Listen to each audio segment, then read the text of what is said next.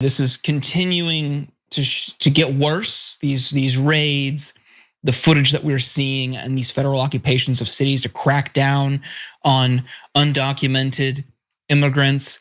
Now, it's bad. We've seen it's bad. We've talked about how it's bad. But according to Trump, he wants it to get even worse.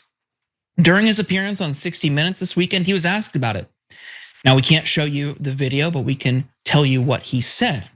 Americans have been watching videos of ICE tackling a young mother, tear gas being used in a Chicago residential neighborhood, and the smashing of car windows.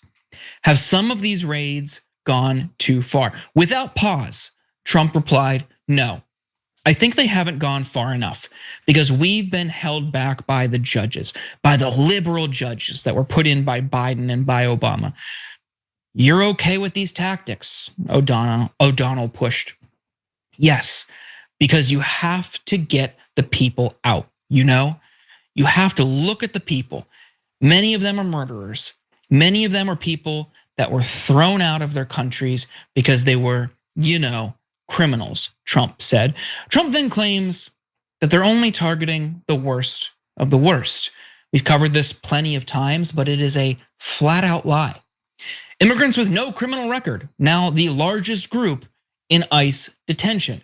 Government data shows 16,523 people with no record versus 15,725 with the record, and then 13,000 have pending charges. We found that more than 170 US citizens have been held by immigration agents. They've been kicked, dragged, and detained for days. And that was reported by ProPublica, one of the premier investigative outlets in this country. So I don't know what to make of this. You're seeing talk of bounty hunters, JR. You're seeing Trump say he wants it to get even worse.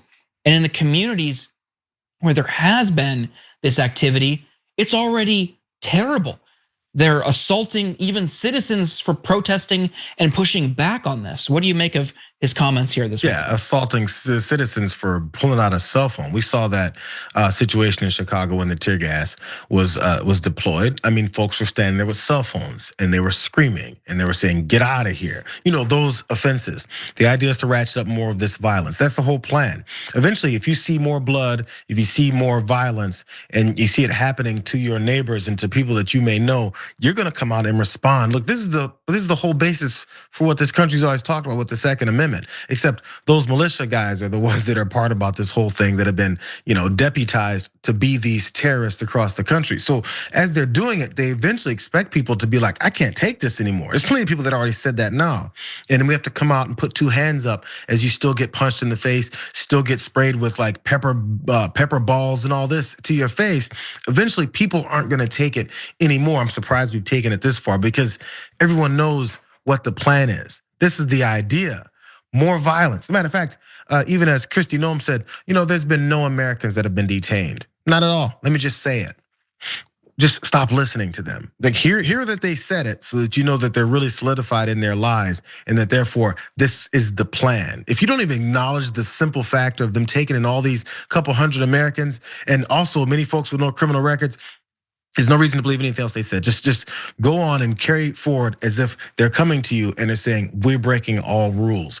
He's now, as we saw Donald Trump post there, he's trying to defy now the judges now.